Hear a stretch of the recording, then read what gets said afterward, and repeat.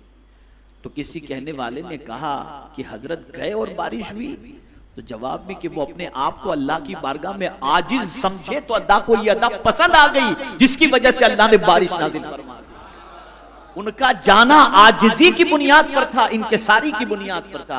वो गुनहगार नहीं थे, लेकिन खुद को अपने आप गुनहगार तस्वुर कर रहे थे। तो कयामत में वो कहेंगे कि देख लो हमारा अमल नामा। दुनिया में नहीं कहते, दुनिया में अपने आप को परहेजगार नहीं, डरते हैं दुनिया में, नेकी करके डरते हैं कि या अल्लाह पता नहीं हमारा हाल क्या होगा।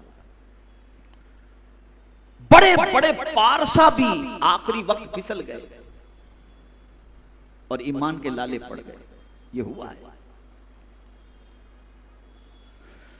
तो यहां फरमाया गया फयक़ूलु हा उमुक़रऊ किताबिया इन्नी ज़ननतु अन्नी मुलाक़िन हिसाबिया।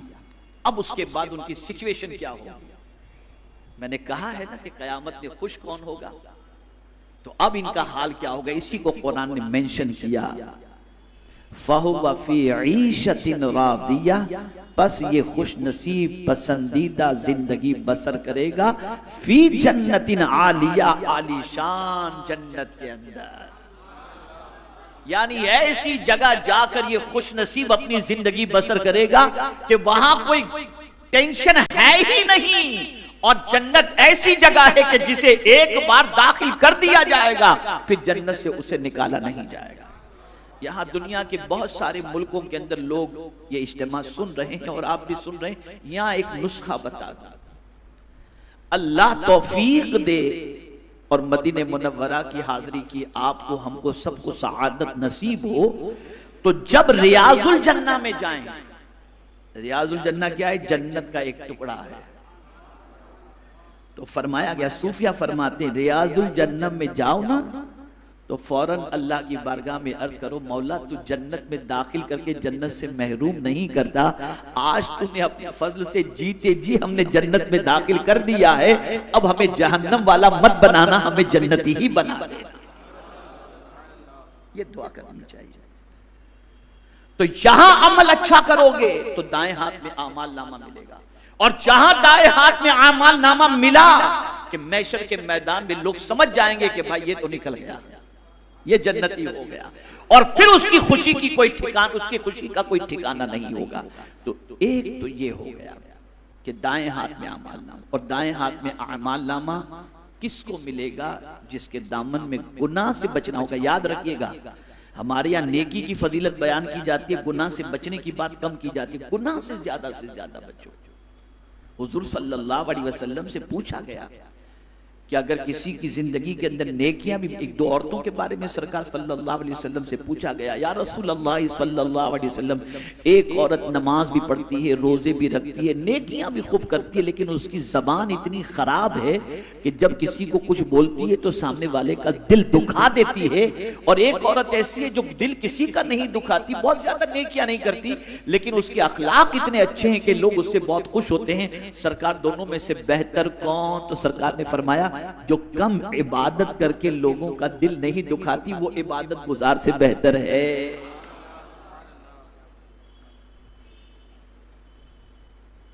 गुनाह से ज्यादा बचो, गुनाह से ज्यादा कोशिश करो। सबसे खतरनाक आज के दौर का गुनाह निगाह की आवारगी है और जबान की बेलगामी। जहां निगाह गंदी हुई कि पूरा दिमाग, वजूद, सोच, दिल, आदत सब गंदा हो गया। इसलिए निगाहों की हिफाजत करो, इससे बहुत बुराइयों से इंसान बच जाएगा। तो ये हुआ खुश होने वाले बंदों का मामला, जिनके नामे आमाल को उनके दाएं हाथ में दिया जाएगा, वो जो है खुश नसीब होगा। और फिर आप देखिए, कुरान कहता है,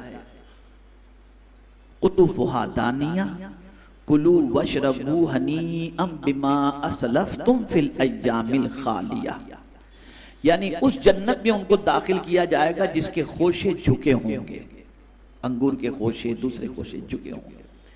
और ये झुके हुए जो खोशे होंगे ना, ऐसा नहीं कि लकड़ी से तोड़ के खाना पड़ेगा, नहीं। कुरान कहता है कुलू वशरबू हनीअम बिमा असलफ्तुम फिल अय्यामिल खालिया, उन्हें कहा जाएगा खाओ पियो और मजे उड़ाओ, कोई टेंशन की बात नहीं है। ये उन अमाल का अज्र है जो तुमने आगे भेज दिए थे।